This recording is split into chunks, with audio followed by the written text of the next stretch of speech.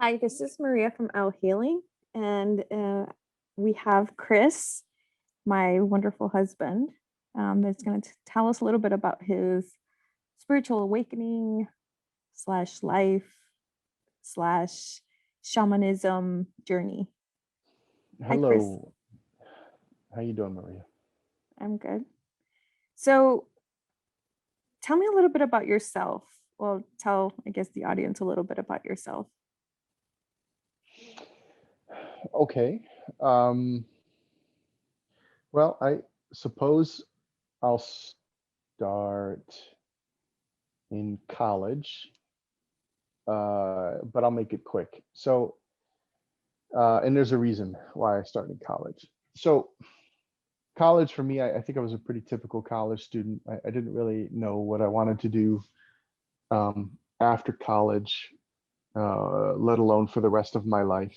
Um, but something that became apparent to me at the time was my love for flying, for aviation. And so I made the decision that after college, I would join the Navy and fly for them. This way, I had them paying me to learn how to fly as opposed to me paying, somebody else to learn. Anyway, that was my rationing. Plus, for whatever reason, I really kind of identified with um, the sales pitch of the military at the time. For reference, this was right around the time that 9/11 occurred, and so there was a lot of that patriotic fight for freedom sort of attitude in the country, and I definitely got swept up in that too. So that played a role in it. But anyway, so I joined the Navy in 2005, and I was active duty officer for 13 years, and got out and transitioned to the reserves in 2016, and picked up a civilian job. Um, and, uh, and so that's the story there. Um, and as far as awakening, so I bring that up because some people might find it kind of strange to hear um, that a military member uh, can be a sensitive, intuitive, um, person going through an awakening. Right. Um, I think stereotypically, generally, people have an impression of guys in the military, or people in general in the military, and that I'm guilty of it too. That those are qualities that I would not normally attribute to them.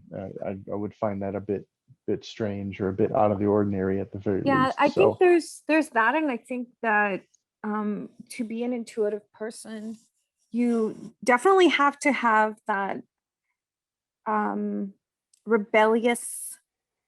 I don't want to do what other people tell me to do. We tend to be more rebellious, more independent, more I don't know, free. And being in the military myself, and you obviously being in the military, um, we have a, I think people have the perception that we can't make up our own minds. If we're told what to do, we do it. And we're always waiting for somebody to tell us what to do. And obviously, that's not the case because we're both shamans. So, what do you think about that? Having that type of personality, being in the military, and yet not really liking authority. yeah, that was a challenge, to say the least. And it didn't become apparent until later on in my career, when I started realizing that a lot of the orders that we were being given on, bigger picture stuff, um, just didn't make any sense to me. Um, and so I definitely started to feel this conflict of like, well, you know, I I swore an oath to my country that I would, obey. the rules and regulations and the orders of those Right. appointed over me. And, but what happens when you reach a point where you disagree with those?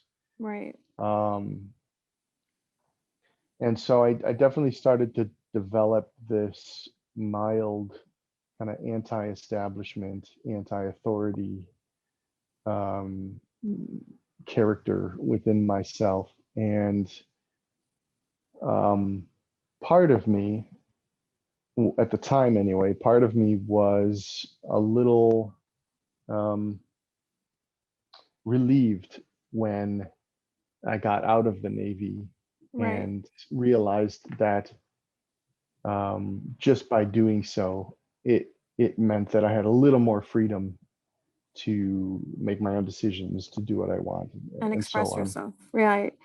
So I guess let me before we start up talking about awakening. Um, I remember you telling me a story that you were on a mission and you actually saw a unidentified flying object, but of course you couldn't really disclose that at the time.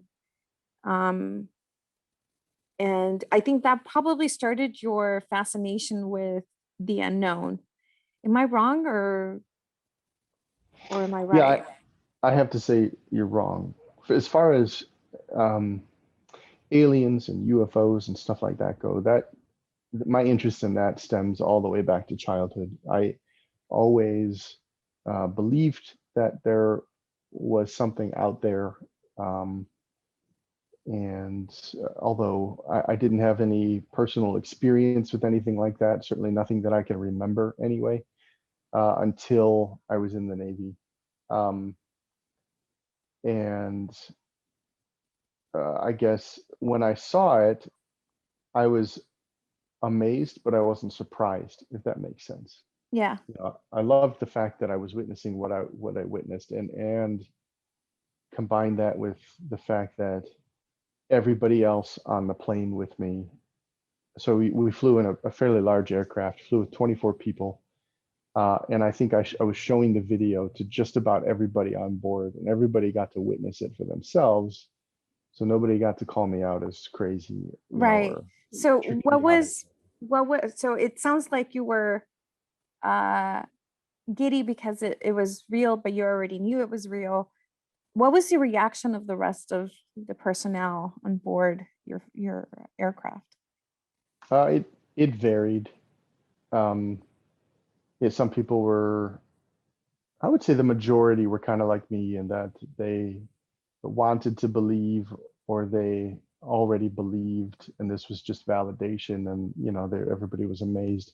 But there were certainly some who it just didn't register. I mean, even though they were looking at it with their own eyes, they their minds kept wanting to justify what was happening. And so, okay, being in the military requires a certain level of logical, rational, analytical thinking. I think it's a big requirement um, to be able to work through challenges and come up with solutions rationally and logically. Um, and in this case, that's exactly what we did. We approached it very kind of scientifically and started asking ourselves the questions. Could it be this? Could it be that? What's causing this? And looking at all of the data available to us that we had on camera, and trying to come up, we were literally trying to find a rational answer for what we were seeing, and we had none. We couldn't come up with anything.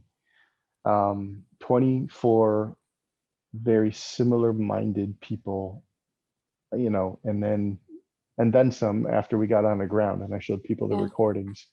Same thing. Nobody could come up with anything. And so some people just, they can't, it doesn't sit well with them. They Right. need Right. uh, a logical reason for something like that happening. An And so unexplainable thing, right? they just kind of shake their head and say, Well, I don't know, but I don't So, know, but I'm so sure it is was a it? weather balloon.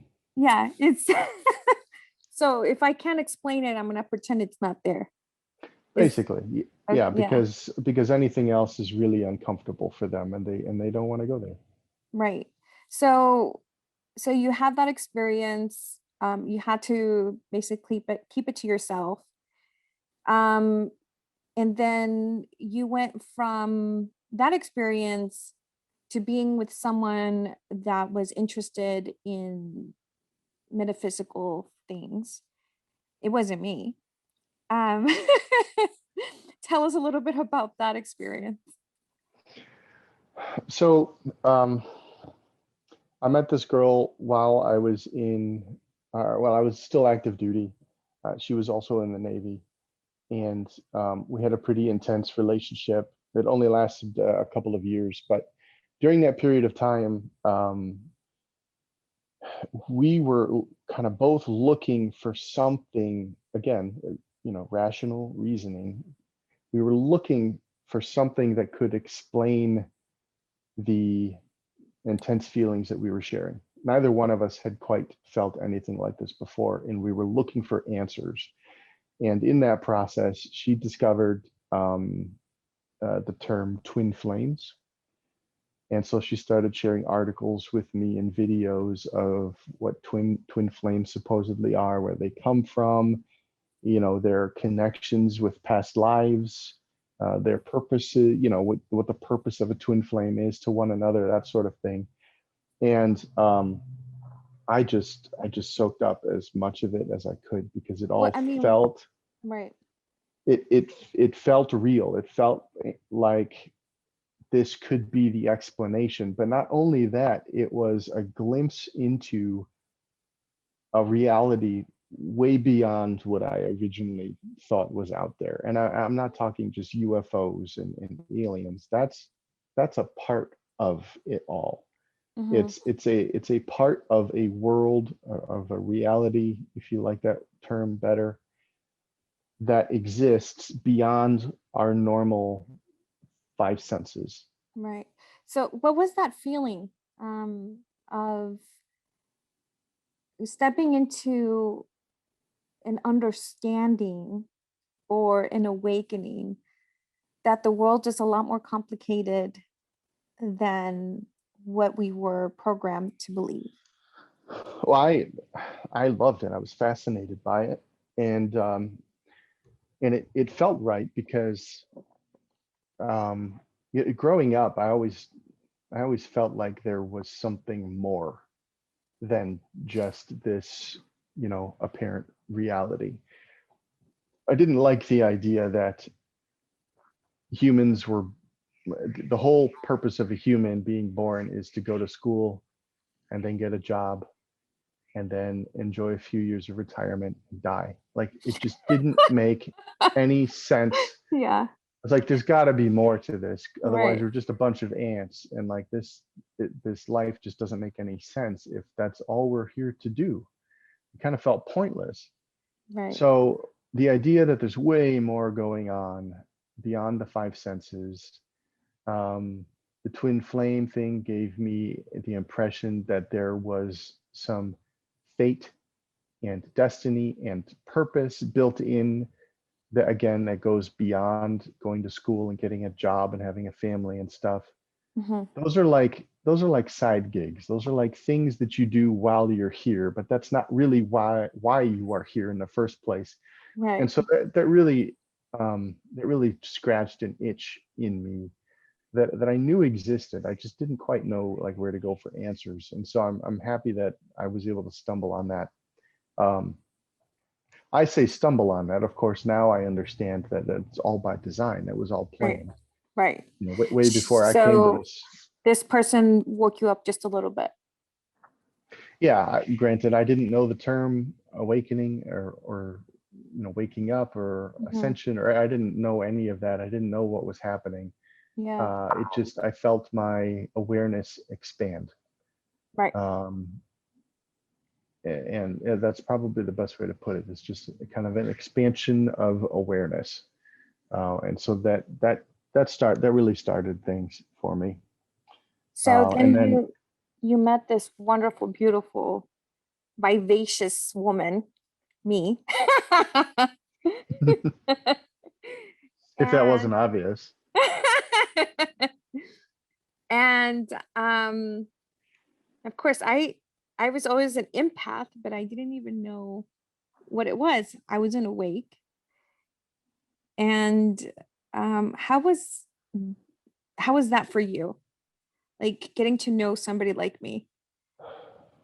Well, yeah, I had never met that I'm aware of. I had never met anybody like you before I met you. And I think at the time we didn't know what term to use to describe Right. you. So if there's anybody listening who isn't aware of what an empath is, it's somebody who feels the emotions of others around them. Um, and that was an extremely intense experience because we could be out and about together and you would start feeling just some random emotions, but you had no idea if they were your own or if they were someone else's. Um, and when it was just you and I together, I would feel something, but you would feel me. Mm-hmm. And I remember many times I would feel something and you would look at me and just give me this look like, what was that? And I'm like, what are you talking about? What are you talking? What was what? I didn't say anything. And you're just like, well, you don't have to say anything. I feel you. What Right. was that you just felt? And so that took a lot of getting used to because I admittedly was not good at all about feeling my own emotions, Has that paying gotten them better? much. Yeah. But I never gave them any attention. Um, I tried to think my way out of everything so that Mm-hmm. I didn't have to feel anything. And when I would feel things, I would just I would just let them go. I would just ignore it You would because go back to I your don't know mind. why.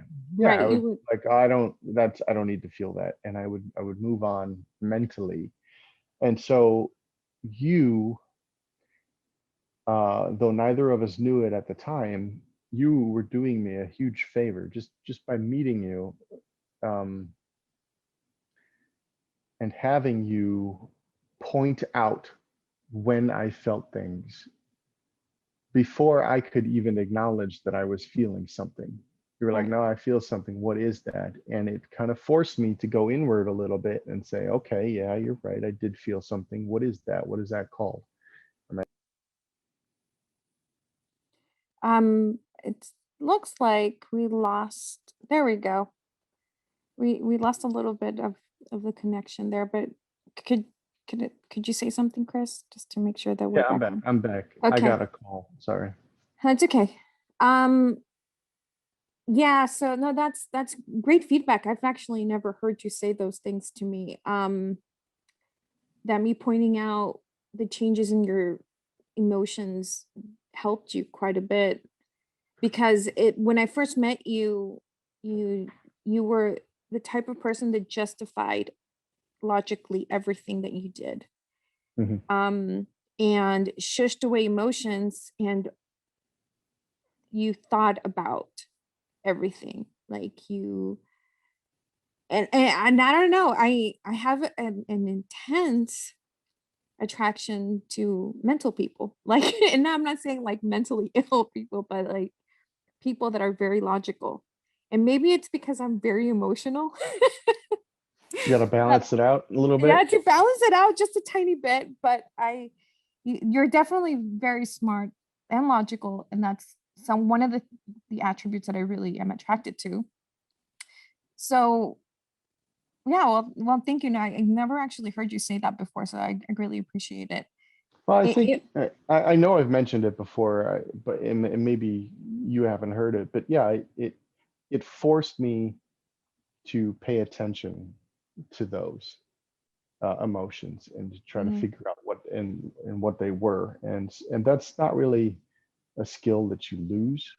Right. Once you're more aware, it's I would say it's really difficult to go backwards. But in any case, So when was the next step? So you already kind of touched on UFOs a little bit. You touched on twin flames and your mind completely expanded. What was the next ascension point for you? well,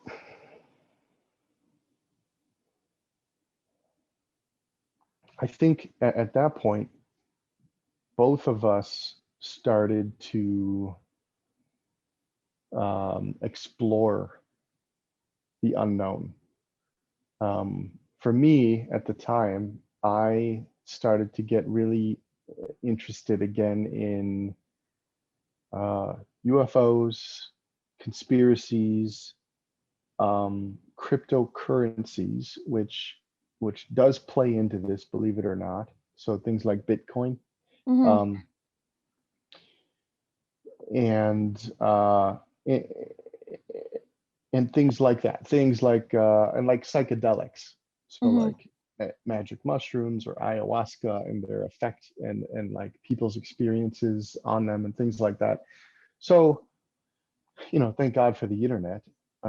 There's articles, stories, YouTube videos galore, and I just started diving in, and it was like a sponge. Like I couldn't get enough of this content. Um, So you went from twin flames to all sorts of different things, like like you what you mentioned. But how were you processing it internally, all of this information? Or was it something that it kind of pulled you away into a rabbit hole and then you were able to later like leave behind all of the I don't know. I mean, because I understand that this is not real, that Earth is a dream, that it could be more like an illusion. And all of those rabbit holes that you decided to dive into could be a little bit of a distraction. And of course, I think this might be different perspective because you and I are completely different people and we're in different phases and areas and we're of our awakening, right? So how did you process all this information? How did you manage? How did you deal with it? so it's interesting that you bring that up because um, at the same time, you started to go down your own rabbit holes, but you were a little more tailored to the metaphysical. So shamanism, um, uh, medium, psychic, intuitive, feeling out the empathy more. And then I was going down my paths. What I find interesting though is that you you bring up this idea that everything is an illusion, and um, you from your perspective you saw what I was doing as a distraction and a Right. I rabbit hole, remember. I remember. but what you were doing was somehow more legitimate Right. and No, no, not no. a rabbit hole. But no, let me finish my thought here. No, So no, go ahead. Go ahead. um, if if this reality is just a simulation, just an illusion that we created for ourselves, then it doesn't matter where you point your focus. It's all a rabbit hole or a distraction or whatever you want to call it. Yeah. You know, Yeah. until we all converge once again with source energy in its Yeah. purest form, everything is its own little rabbit hole and distraction Yeah. from what we truly are. So um, I always did find that interesting that you looked at what I was interested in and you said, oh, well, he's just distracting himself. But here's Maria reading 6 books a week and Six not, books. It was more like 10 books a week. so, but No. that wasn't a distraction. So yes, so here to answer your question, um, it was just further expanding my awareness of what's Yeah. out there. Yeah. That just happened to be what I was interested in Yeah. at the time. And I so it was just the expansion of awareness that I was addicted to. That was the sponge. That was like Right. any sort of content that showed me, that pulled me out of my own kind of comfort level and understanding of what was going on in this world or in Yeah. my life, and showing me that, hey, that's not all there is. There's way more out there. Anything like that, I just ate it up, and couldn't really get enough of it. And you were off doing your own thing Yeah. on your own topics. No, so I want to, this is what happens when you're a married couple awakening and being going in different paths. We have different perspectives, but what I was trying to convince Chris back in the day was not that mediumship or shamanism was better than than his UFO elite conspiracies. It was more that I was doing shadow work. That's when I started shadow work. And I was trying to convince you to go into the um to go in with me, go into the shadows with me, and really really see ourselves clearly. um so I don't want the audience to be thinking that I'm just like mediumship is better than than, whatever you were exploring. It was the shadow work part. I right after my I started learning about metaphysics, I fell into the dark night of the soul. And it was the darkest place I've ever been. And um, I wanted you to come with me, but you weren't ready. And I should have, that's one of the things that I've learned so far is I had the expectation that you would be by my side going to the underworld. But that was my expectation. That had nothing to do with you. And I had to be able to face whatever was under there by myself. So I've grown since then. And I've learned that my perspective is not your perspective, and that's okay. And I accept it. But it is hard going through shadow work and being with somebody that is going through shadow work, isn't it? Yeah, yeah, extremely. Especially when you're not quite at the stage where you understand what shadow work is. Right. I At didn't least even not, understand. Yeah. I didn't even know what was happening. using that terminology. Right. So to fast forward for a minute, um, after that period of time, then I started to get into more of the metaphysical. I took I took training in mediumship, in becoming a psychic, in tapping into my intuition. I became a shaman. So I started to learn all of those things that you had been learning years before me. Um, and I think what we both realized was that I had already done some of that work without knowing what it was. Um, at various points in my life, I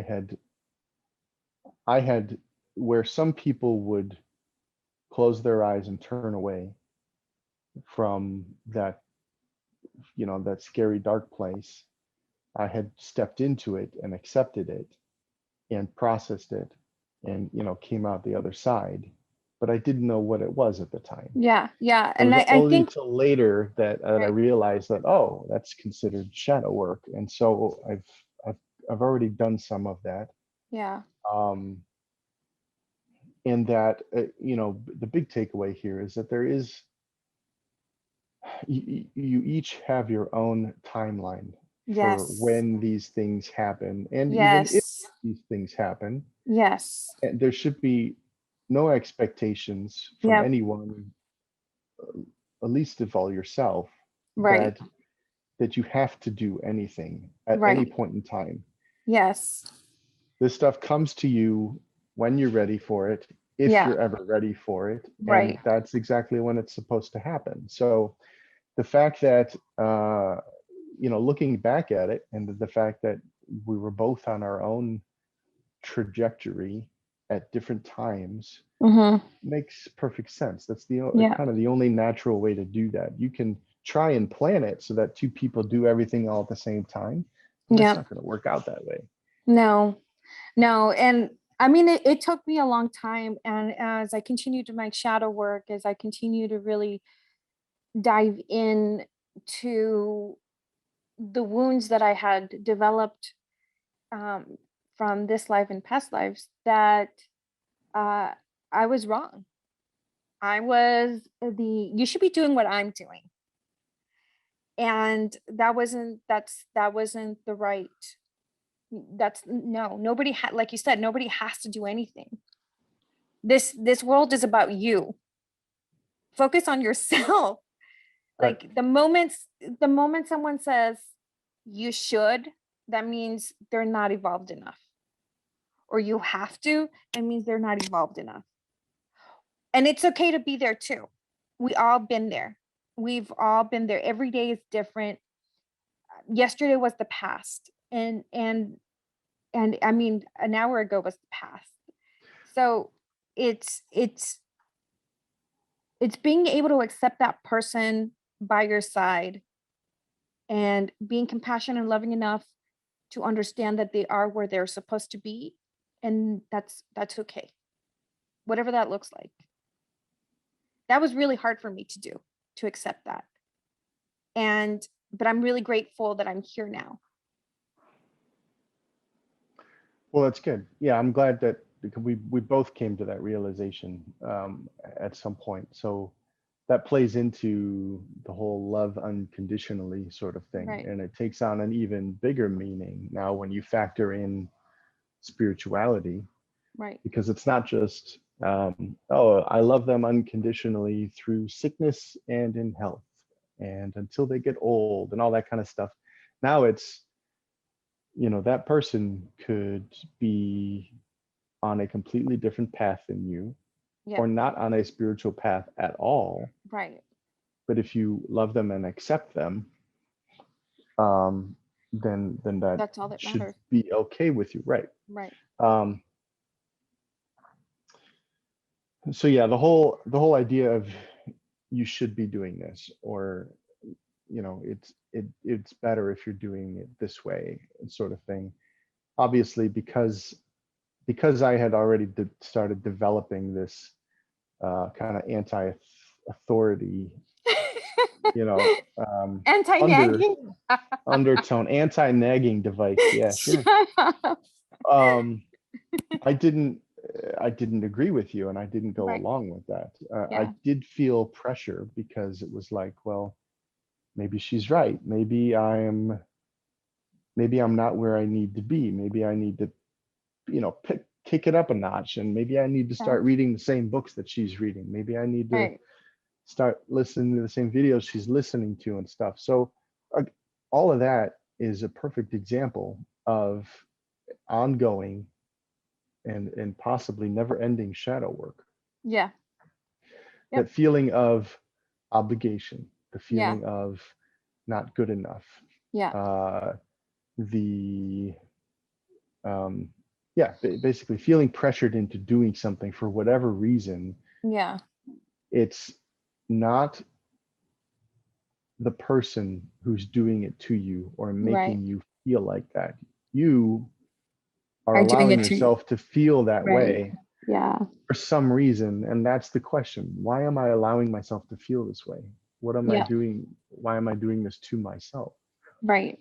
Um, and ultimately, you may love somebody unconditionally, but if that person, continues to make you here I go again, make you feel that way is technically incorrect. But if you're with a person and you constantly find yourself feeling like that, Then they're not for you. well, either that or they are even what's the word I'm looking for? They're your mirror. Yeah, They are showing you over and over and over again something that you really, really need to work on. right. Because guess what? You could leave that person and say, well, they Mhm. kept making me feel like shit, like I wasn't good enough and like I wasn't doing my part. But the next person you find is going to do It's the going to be the exact same same thing thing. Hmm. until you fix it within yourself. Right. Because once you fix that within yourself, then nobody can make you feel like that, Yeah, I right? agree. Yeah. And one of the things that I greatly appreciate about our relationship is that we're extremely open um, with each other. We're able to understand each other, and it's gotten to the point where now I understand that my way is not the right way. I have to say that even it sounds kind of arrogant and naggish, but I thought I was doing you a favor. I thought that I was helping you because that's my personality. I'm humanitarian, a natural humanitarian, natural leader, a natural giver. So I thought that if I persuade you to come with me, that that would be the right thing I would do for you. But not until I did my shadow work and I was continuously doing shadow work, but I'm like, hey, that's not right. That's how cults start. That's how religion starts. It's like you have to do it my way because that's the only way. And I'm like, oh shit. I had to fix that inside myself and completely love and accept you for where you were, who you are, because you're absolutely special. I truly believe that. And that's a really, it can be a really frustrating piece of starting the awakening process. Um, it was regardless of where you look, who you listen to, what books you read, everybody has their own idea as to how it should be done. Right. Um, and everybody has their own techniques, their own processes. Everybody teaches something a little different. And if you go into it with the mindset that somebody out there has the answer and I need to find it, then you're going to wind up being very frustrated Yes. because every answer is going to be a little different from the next, and you're not Right. going to be sure which one to follow. Well, Yeah. here's a hint. The answer isn't out there. No. The answer is within you. Right. So my, I guess my biggest suggestion is that, sure, read the books, watch the videos, take what resonates with you, and then Right. build your own process, Right. build your own plan. If it's something that interests you that much, then you set up your own methods by Right. which to, come to that knowledge. Yes. Only use everybody else's teachings as guidance, suggestions Right. only, Yep. and you come up with whatever works for you, Yeah. because that's the only answer that really matters. I agree completely. I think we both fell into that trap of trying to go externally from ourselves to find answers. And it's not a bad thing. I don't want people to feel, guilty or ashamed or anything like that if they do that. But once you start looking inside of you and really start loving and accepting yourself, all of the answers just come. And for me, in my perspective, of course, like, Chris said, take what resonates. By doing shadow work, in my opinion, and really accepting and seeing all the aspects of you, not only the light parts of you, but the shadow dark sides of you, um, is the only way to really understand who you are. There's a lot of toxic positivity on the internet, and how you should never listen to your negative thoughts, or, you know, I don't fear anything. I'm not angry about anything. I'm a happy person. Um, that is very hurtful. And I had really, really dark, judgmental parts of me that I had to actually admit to myself. And it was not until I accepted that part of me was I able to let go of intense negativity. Believe it or not, I don't know how that works. But the more you release, the more you embrace your shadows, the more you heal yourself. Yeah, that's a So great point. And I think that's something that, I think that's a trap that a lot of people who are just starting out um, fall into, is this idea that, oh, well, if I do all of this work and I begin to become more enlightened, then I'm just going to be 100% positive all the time. And there is no such thing as bad. There is no such thing as negative. There is no such thing as, um, dark. right. Everything is love and light. And Hmm. there does come a point where it becomes, like you said, it's toxic positivity at that point, because everything is a balance. Right.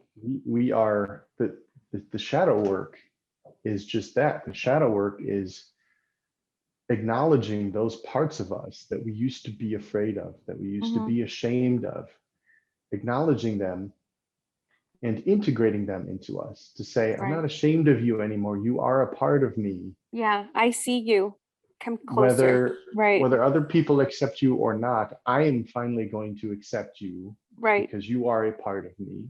Right. And you move on from character flaw to character flaw. You remove that idea that it's a flaw at all. Yeah. It's a Hmm. part of you, and you accept it. Yes. And when those folks are, claim um, that none of that should exist, then I honestly think it's detrimental to the work that everybody should be doing. And here I am saying should. It's the work you should be doing. You do what feels right to you, Right. but this is just And when something it that, feels right to you. Yeah. yeah, this is something that's come to both of us at our own time to say that doesn't feel right. That love and light stuff doesn't feel right. It's love and accept, Love and right? accept. There is no good and bad. There just No. is, and Right. it's a balance. Hmm. You have to take it all, Right. um, because to suggest that one side doesn't exist means that you are kind of locking that away, and it'll turn around and bite you in the butt. It always does. Yeah. So let's step into some tools. Let's step into some things that helped you in continuing to expand. I know you're still, I shouldn't say just you, but we're still in the process of understanding more about who we are. And I don't know if it ever ends. I don't know if, I mean, sometimes it takes many lifetimes to become enlightened, or one lifetime. I think anything is possible.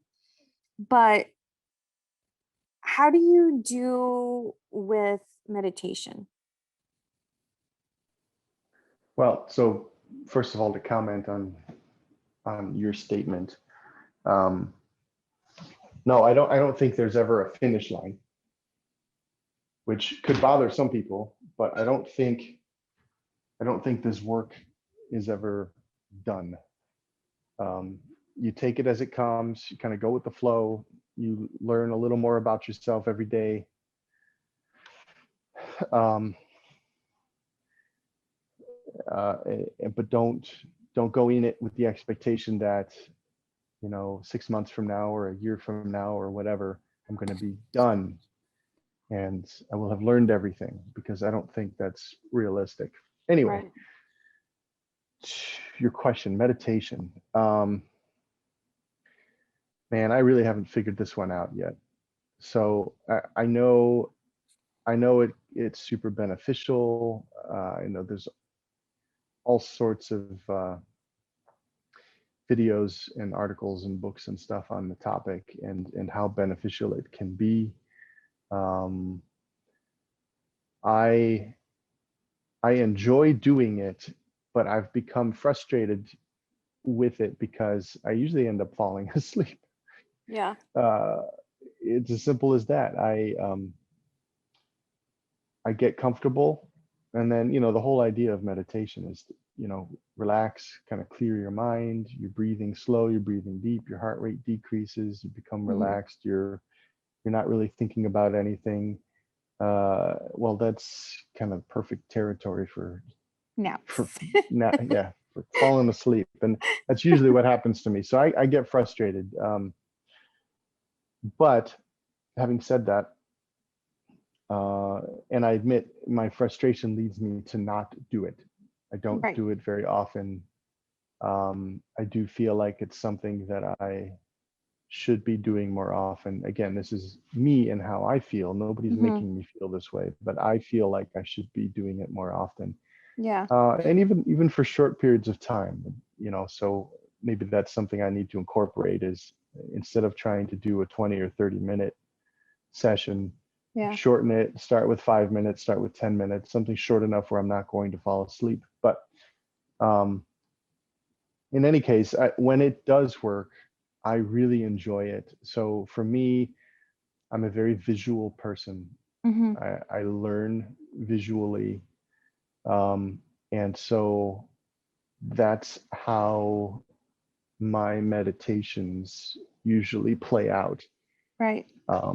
I'll usually travel somewhere and I'll visualize myself in some space doing something or retrieving something or talking to something.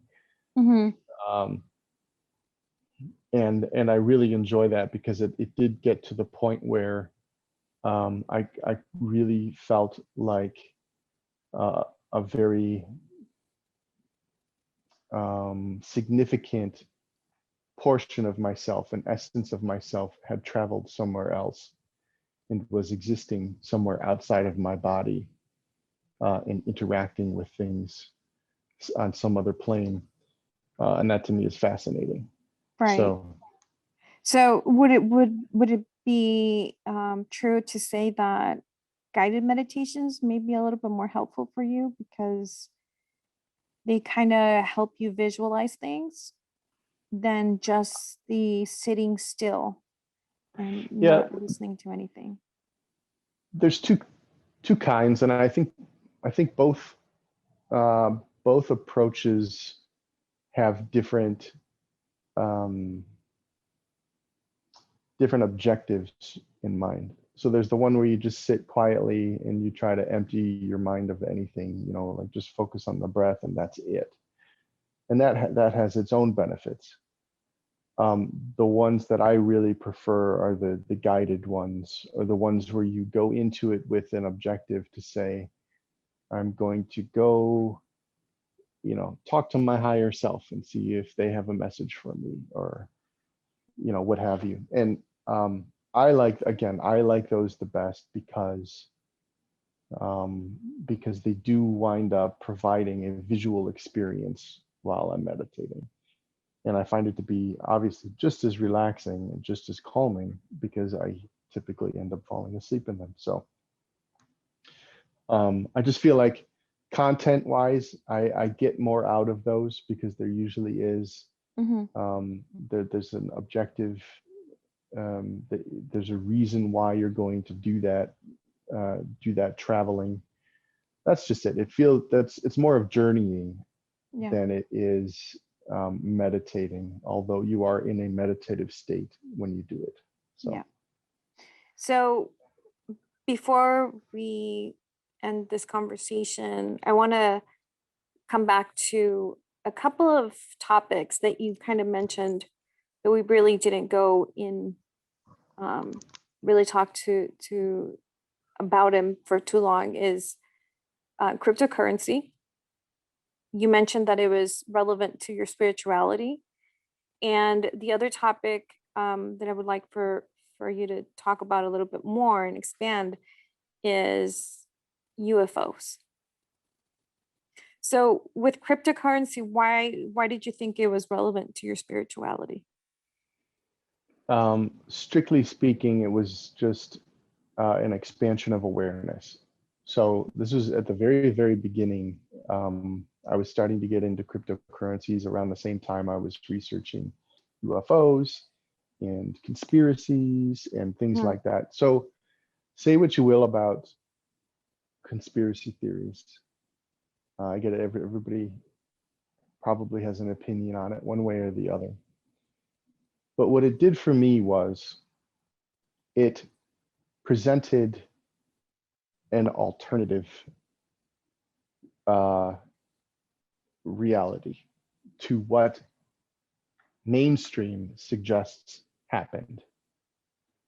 So regardless of which side of the fence you're on, the the history books, the things we're taught in school, the the news channels, etc., all have one particular narrative that they present. Okay, this is the way it's been. Okay, whether it's history or current current affairs or politics or whatever, there's the story. And for a long period of time, we were just supposed to believe it. There was no reason not to believe it. Um, it just is what it is. This is what happened. So somebody wrote it in a book, and now we're reading about it as history. Okay, got it. Right. Well, at some point in this whole process, I started to question everything. And so, what conspiracy theories do is it questions that narrative. Okay. It Which is says, beautiful. hey, It's a great tool for here's awakening, actually. here's That I didn't realize before. here's Yeah. what they told you happened. Right. Here's what you may have believed happened. Right. Right. Now I'm going to present to you an alternative, and here are my reasons why. Mm-hmm. Here's maybe some proof as to Mm-hmm. why, and then you get to make up your own mind. You get to come up with your own conclusion. Right. And I felt that that was so refreshing, because never ever once in our lives are we ever given an alternative to look at and say, well, you know what, that one makes more sense to me, so I'm going to go with that. It was never ever like that. I mean, how There was many never of a you grew choice. up Yeah. no how many of you grew up with parents that when they told you something and you asked why, they answered because I said so? Right. That's the whole idea, is that that's how we've grown up. That's how we've been programmed. We're Programs. just Right. supposed to swallow it and believe it, and that's the end of it. No Right. questioning it.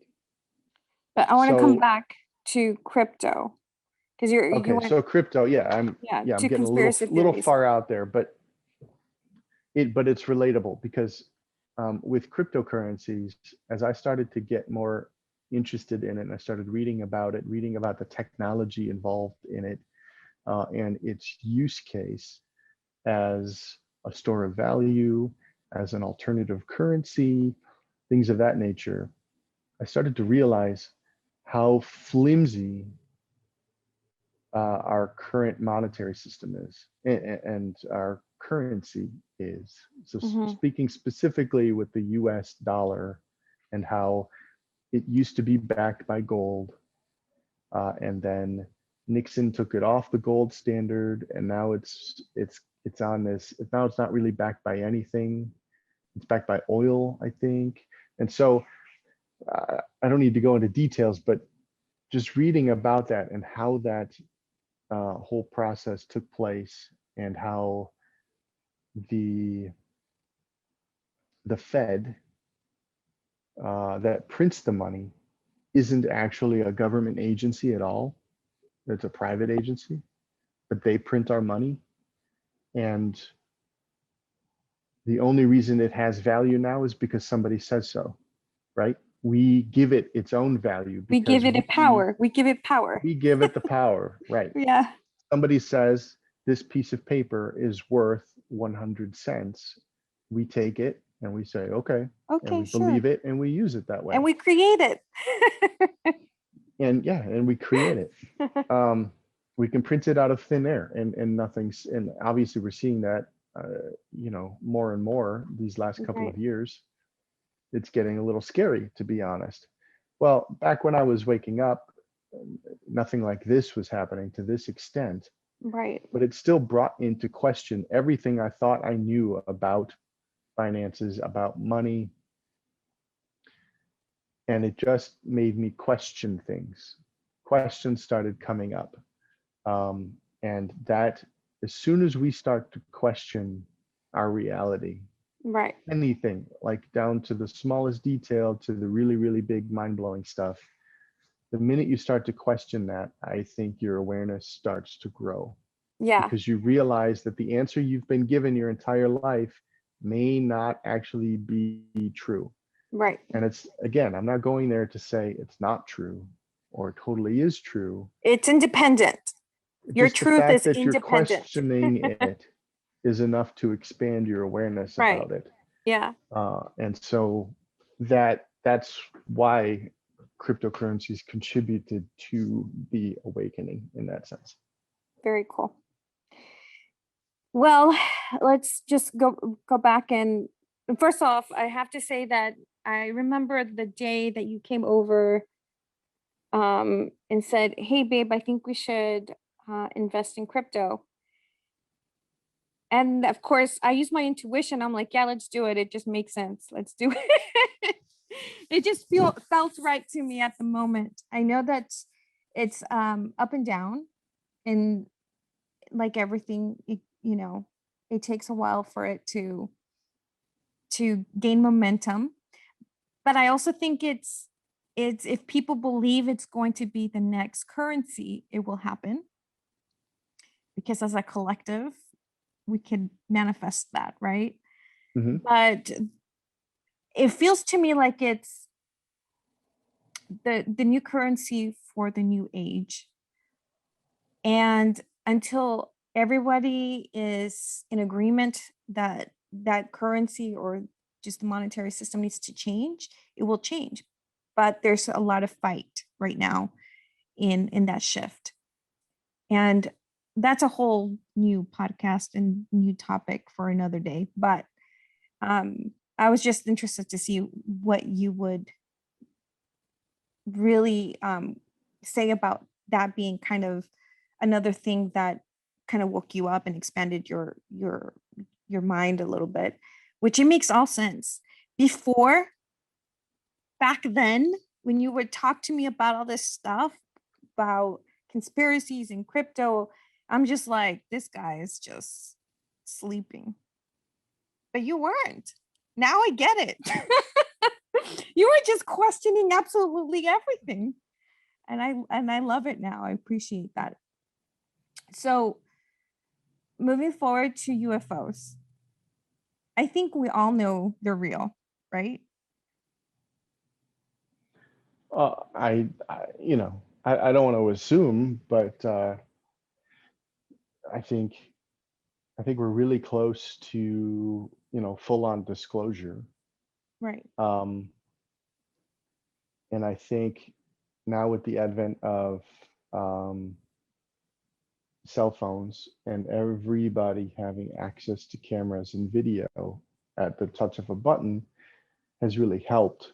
Mm-hmm. Whether you believe the footage and the pictures or not is besides the point. Right. That's up for you to decide. Mm-hmm. Um, but there's more and more. I'm going to call it evidence. It's not to say Mm-hmm. that it's real or fake, but there's more and more material, I'll call it material, available to everybody Yeah. so that they can make up their own minds. They can determine for themselves, okay, I believe this, or no, I still don't believe it. Mm-hmm. Um, and even lately, especially, we've been seeing bits of disclosure come out from the government, from the military, about run-ins with these beings, with these craft, and so on. And so I think if you still don't believe it, obviously that's a choice, that's your choice. But I think it might be becoming more and more difficult as the days go by to not at least acknowledge that there's a chance that you could have been wrong. Yeah. Um, that's about all I have to say. Okay. Well, thank you. Do you have any book recommendation or any YouTuber or anything that you could recommend for someone that may be listening to this that would help them on their journey to expanding their minds? Just a tiny bit. Yeah, if you're just beginning, um, and you're like that sponge, then you really can't go wrong. But I really liked Infinite Waters YouTube.